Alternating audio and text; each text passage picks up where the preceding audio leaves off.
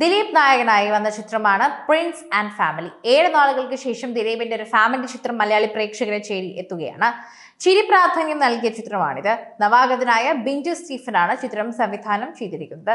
Prince and family 1.14 കോടി രൂപയാണ് ഓപ്പണിംഗിൽ നേടിയിരിക്കുന്നത്. പ്രിൻസ് ആൻഡ് ഫാമിലി തികച്ചും ഒരു കുടുംബ ചിത്രമാണ് എന്നും പേര് പോലെ സൂചിപ്പിക്കുന്നത് പോലെയാണ് ചിത്രത്തിന്റെ ഒരു മുന്നോട്ടുള്ള പോക്കുമെന്നും പറയുന്നു.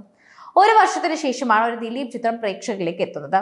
ലിസ്റ്റൻ സ്റ്റീഫൻ നിർമ്മിച്ച ജനഗണമന, മലയാളി ഫ്രം ഇന്ത്യ എന്നീ ചിത്രങ്ങൾക്ക് ശേഷം ഷാരിസ് മുഹമ്മദ് രചന നിർവഹിക്കുന്ന ചിത്രം കൂടിയാണിത്.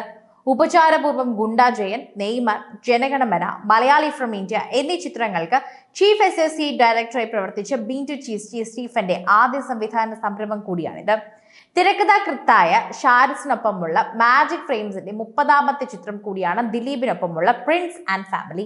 ചിത്രത്തിൽ ദിലീപിനോടൊപ്പം അനുജന്മാരായി ധ്യാൻ ശ്രീനിവാസനും ജോസ് കുട്ടി ജേക്കബും, ബിന്ദു പണിക്കരും, സിദ്ദിഖ്, മഞ്ജു പിള്ള, ഉർവശി, ജോണി ആന്റണി, അശ്വിൻ ജോസ്, റോസ്ബത്ത് ജോയ്, പാർവതി രാജൻ, ശങ്കരാടി എന്നീ താരങ്ങളും കൂടാതെ നിരവധി പുതുമുഖ അണിനിരക്കുന്നുണ്ട്.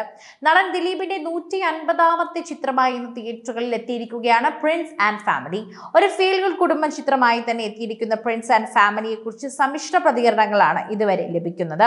തുടരും മോഹൻലാലിന്റെ നടന്റെ തിരിച്ചുവരവാണെന്ന് ആരാധകർ പറയുന്നത് പോലെ പ്രിൻസ് ആൻഡ് ഫാമിലി ദിലീപിന്റെ തിരിച്ചുവരവാണെന്നാണ് നടന്റെ ആരാധകർ പറയുന്നത്.